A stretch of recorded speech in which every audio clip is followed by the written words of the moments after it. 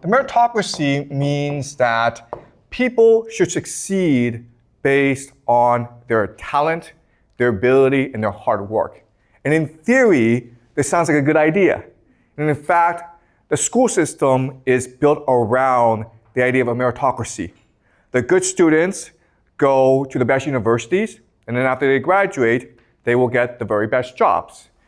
That's the idea. But what I will show you today is that there are actually lots of problems with the meritocracy. And what I'll also show you is that, in fact, this idea is actually destroying American society. Okay? So the first thing I'm going to do is I'm going to explain to you why America has the world's most complicated admission system. Okay, so in China, when you apply to university, you take the Gaokao, you take an examination, and then based on your test score, you get into university. And this is a system that most countries use. Only in America is a system that's complicated.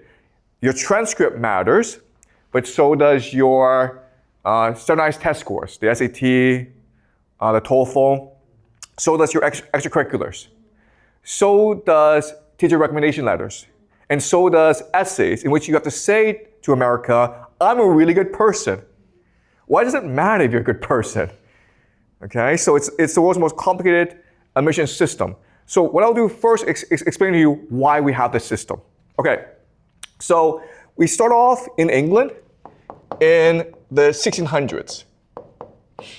And at this time in history in England, there's a major conflict between religious belief and the king. Okay, the king is head of the Anglican Church, which is the official church of England. And there's no difference between the Anglican Church and the Catholic Church. The only difference is in the Catholic Church, the head is the Pope. In the Anglican Church, the head is the King of England. That's the only difference. In terms of rituals, in terms of belief, it's the same. Now, there are people called Protestants who believe there should be no Pope, there should be no king. You should, as an individual, be able to access God directly. And you do that by reading the Bible. So, at this time in history, there's a major conflict between the Protestants, the Puritans, or the dissenters, and the king. And it leads to wars, basically. And so the solution is, the king says to the dissenters, hey, there's this new place called America. It's far away. Go there, guys, and leave me alone. Okay, so the dissenters go as pilgrims to America to build their own theocracy, what they believe to be the New Jerusalem, or paradise on earth, heaven on earth.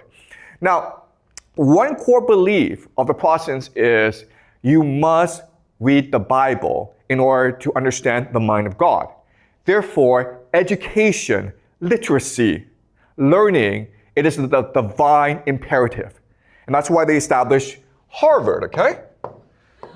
Harvard was a school designed to train people into the religion called ministers in order to study the Bible, in order to spread the truth of the Bible. Now, Harvard then would encourage the development of other universities, Yale, Princeton, okay? And collectively, they would be known as the Ivy League.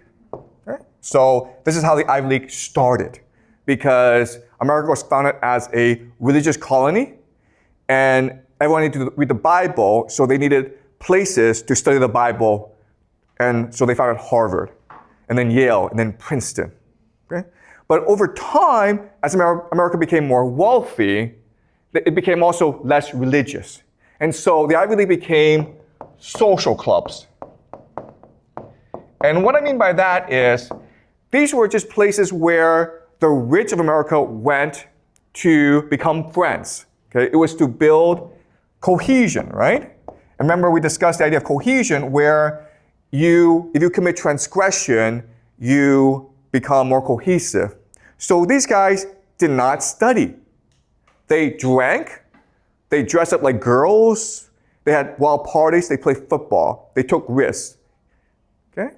And they became good friends, and they went on to become the leaders of America.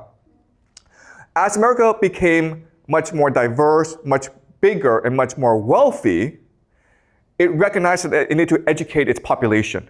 And so it started state schools, okay? State schools. What we call A&M. Okay, you may have heard the term Texas A&M, okay? It means Texas Agricultural and Mechanical. The reason why was these schools were built to train farmers, engineers, and soldiers, okay? Tradespeople, in order to help grow the American economy.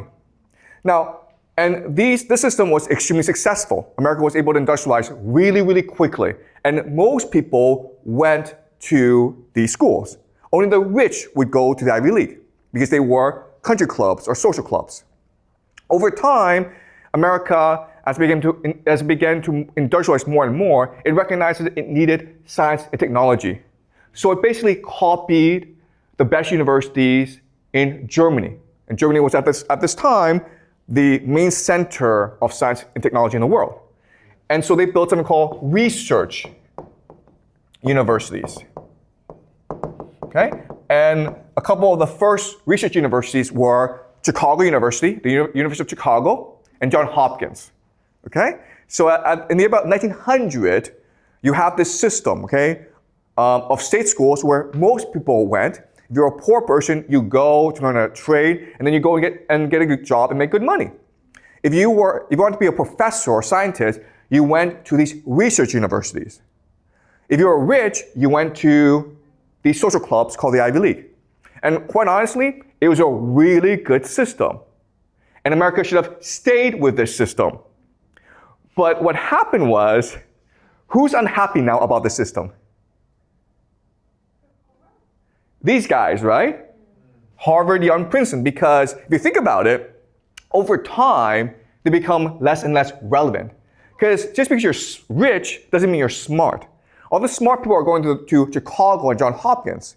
And so over time, we can expect Chicago and Johns Hopkins to overtake the Ivy League. Okay? And that's why Harvard decided to institute scholarship programs. So it wanted more smart people into it wanted to welcome more smart people into its campus, okay? And this creates something called the SAT. Okay, this is the origin of the SAT. The SAT was founded as a scholarship program to identify the best and brightest students from all over America so that they can come to Harvard and help Harvard be the best university in the world, okay? But now who's angry about the system? Harvard's not happy that the best students are going to Chicago and Johns Hopkins. So they quit the SAT. And now the best students are coming to Harvard. Now who's unhappy? The rich kids, right? Okay, the alumni, the legacies. Because before, their kids could just go to Harvard and have a great time. Now it's hard for them to get in, they have to take a test, and also they're in class with smarter people. Okay? So now Harvard has a problem. On one hand, it wants the best students in America, but on the other hand, it still wants to maintain good relations with its alumni. So that's why it created a new system, okay? In this new system, grades are not the only factor. Test scores are not the only factor. Now it's focused on holistic, okay? The new word is holistic, specifically character. Just being smart is not good enough. You have to be a good person. You have to be a strong and brave and virtuous person, okay? So they have a new concept called character. But this word was created to basically keep Jews out, okay? Because Jews are really smart, but Jews like to read books, so they're not good at sports. And so, that's not good. We need people who are manly, who are strong, who are brave. We need white people, okay? So they developed this holistic system. And that's why we have the system that we have today, where it's not just test scores, it's essays, it's transcript, it's teacher recommendations, because they want to identify the Jews and keep them out, okay? today we have the system to identify both the Jews and the Asians, keep them out. Yes? They would even identify for your household. Like they would ask for your profile. Exactly. So all the information that they're looking at today is to identify your ethnicity, your, they want to keep, they basically want to keep Asians out of Harvard, okay? It's that simple, all right? But I'll explain more as we go along, okay? All right? So the purpose of all these changes is to ensure that Harvard remains the institution of power in America. Does it make sense? Harvard's not interested in academics, it's interested in power. Therefore, it must ensure that the people who come to Harvard are the ones who are most likely to succeed. And that's why it doesn't want all Asians. It wants a mix of students, okay? But I'll explain this later on. Okay, now, in this new system, there are two key concepts. The first key concept is the idea of secrecy, okay? Secrecy just means like, I'll never tell you why I let you in or why I didn't let you in. I don't have to, okay? The other is the idea of discretion. Discretion means that I can choose to let in for no reason, okay? So in China, if you get a really high score on the Gaokao, Beida or Tsinghua has to let you in. Not in America. You could be the best student in the world. They don't care. If they don't like you, they'll just say, we don't want you, okay? They have their own institutional reasons to let you in, and they'll never tell you, all right? And the system was created to ensure that Harvard is able to recruit the best students in the world. But what's important for us to remember is, from Harvard's perspective, best just means the most likely to succeed, not necessarily the best academically oriented student, not the smartest student, okay? So